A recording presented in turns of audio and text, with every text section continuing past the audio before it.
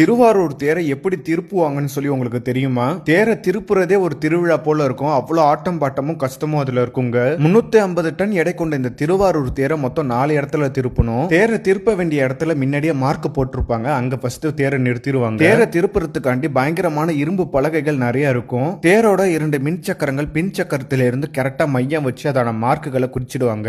Mark பண்ண இடத்துல கரெக்டா இரும்பு பலகையை போட்டுட்டு அதுக்கு மேலதான் தேரை திருப்புற போல பிளான் பண்ணுவாங்க. இதை செய்யறதுக்காண்டி அங்க நிறைய டீம் இருக்காங்க. இவங்க எல்லாருமே திருவாரூர் மண்காரங்க. ஒரு ஆன்மீகமான தேரை அறிவியல் முறைப்படி இங்க செய்யறத நீங்க பார்க்கலாம். இந்த திருவாரூர் தேரை கூட நிறைய பேர் பார்த்திருப்பீங்க. ஆனா இந்த காட்சியை யாருமே பார்த்திருக்க மாட்டீங்க. அதனால வீடியோ பார்க்கறவங்க எல்லாருக்குமே ஷேர் பண்ணி விடுங்க. தேர் இப்ப வலதுபுறமா தான் திரும்பி நிறுத்தணும். அதனால இடதுபுற மின் சக்கரத்திலையும் வலதுபுற மின் சக்கரத்திலையும் தான் இந்த பலகை போடுவாங்க. இந்த இரும்பு பலகைகளை அரைவட்டமா தான் வைப்பாங்க. ஒரு பலகை மீது இன்னொரு பலகை இருக்கணும். இதெல்லாம் கரெக்டா கண்காணித்து சரியா பண்ணணும். இல்லைன்னா கொஞ்சம் சொதப்பிடும். ஒவ்வொரு வளைவிலையும் அரை மணி நேரத்துல இருந்து 1 மணி நேரம் வரை இந்த வேலை செய்ய ஆகலாம். இப்ப பலகையை சரியா பண்ணிட்டாங்க. இப்ப தப்பு அடிச்சு அந்த பலகை மேல தேரை கரெக்டா நிறுத்தணும். தேரை இரும்பு பலகை மேல நிறுத்தி முட்டுக்கட்டை போட்டுட்டாங்க. இப்ப வடத்தை எல்லாம் வலது பக்கமா எடுத்துட்டு போகணும். இந்த திருவாரூர் வடம் மொத்தம் 4ங்க. ஒவ்வொரு வடத்திலையும் 500ல இருந்து 1000 மக்கள் தேர் இழுப்பாங்க.